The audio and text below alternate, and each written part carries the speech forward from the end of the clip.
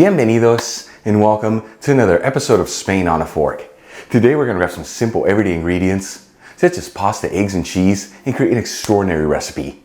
We're talking crispy pasta and cheese fritters. And I tell you, even though this is not a typical dish that's served in Spain, it's something I like to make at home as the fritters have such an incredible texture and flavor to them. The recipe's super easy to make, and the best part, all done in a little over 30 minutes.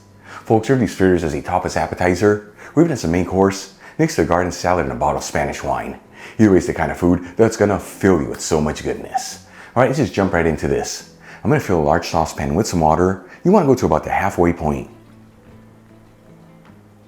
Then we'll season generously with sea salt. You want that water to be as salty as the sea. And heat it with a high heat.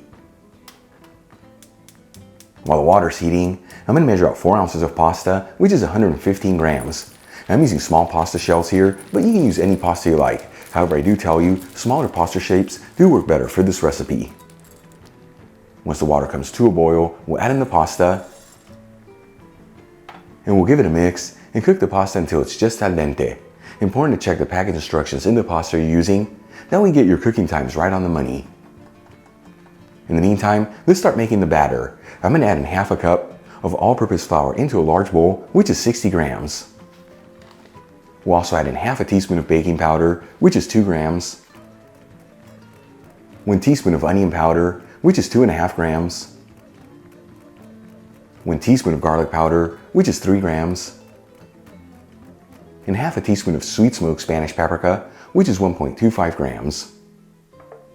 And we'll whisk the dry ingredients together. Then we'll make a well in the middle. Crack in 1 large egg and whisk the egg. And then add in 1/3 cup of club soda, which is about 90 milliliters, and whisk it all together until you end up with a smooth batter. You can also use sparkling water here, or even beer if you like.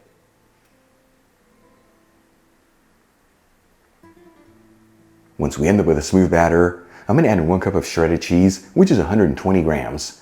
I'm using a Spanish Manchego that's been aged for 3 months, but you can use any cheese you like. We'll also add in half a tablespoon of Dijon mustard, which is about 8 grams. And 2 tablespoons of chopped chives, which is 5 grams. Then we'll season with sea salt and freshly cracked black pepper. And we'll give it a mix until it's well mixed together.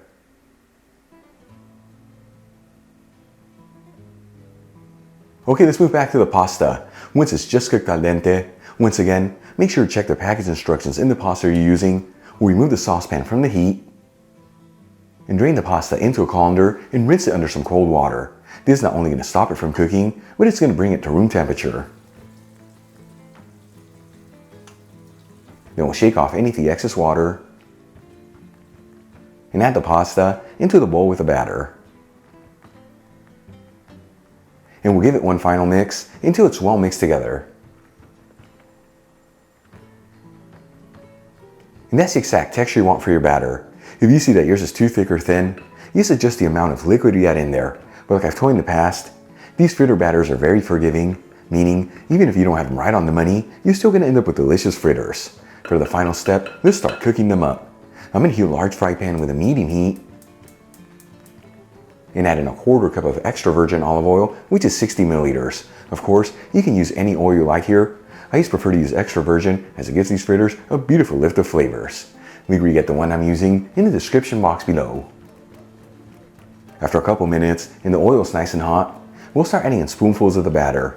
You want to make sure all the fritters are in a single layer and evenly spaced out, so cook this in batches to not overcrowd the pan. And you also want to make sure as you're adding the fritters that you gently push down on them. And we're going to go between 3 to 4 minutes per side here until the fritters are golden and crispy. And as you finish each batch, transfer the fritters into a dish with some paper towels. And if you want to keep your fritters warm while you cook the rest of them, you set them into a preheated oven at its lowest setting.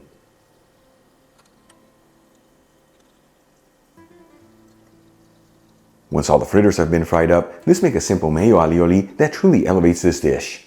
I'm going to add 2 cloves of garlic I roughly chopped into a mortar. along with a quarter teaspoon of saffron threads, which is 0.17 grams. Make sure you get the Spanish golden saffron I'm using in the description box below. And a pinch of sea salt. And using a pestle, we'll pound down on the garlic until it's well mashed. You can also use a food processor here, or even a hand blender. Then we'll add in half a cup of mayonnaise, which is 120 grams. Squeeze in 1 teaspoon of fresh lemon juice, which is 5 milliliters. And drizzle in 1 tablespoon of extra virgin olive oil, which is 15 milliliters. Then we'll season with a kiss of sea salt and freshly cracked black pepper. And give it a whisk until we end up with a beautiful creamy sauce. Then we'll transfer the mayo alioli into a serving dish and decorate the fritters around it.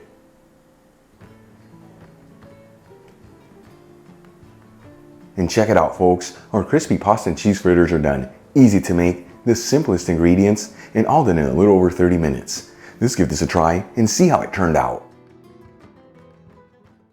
Seriously, folks, I am so excited to try this. I feel like a kid at a candy store. Moment of truth, here we go.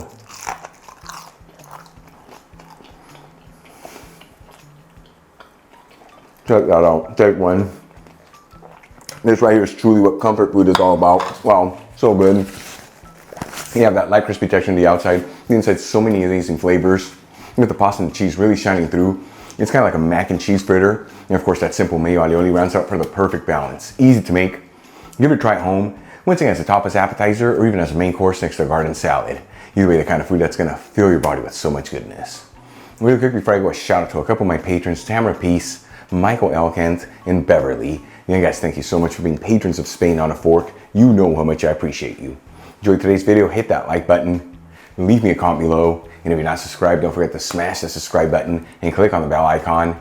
That way you can get notified every time I release new content and to become a part of the Spain on a Fork family. Till the next time, hasta luego.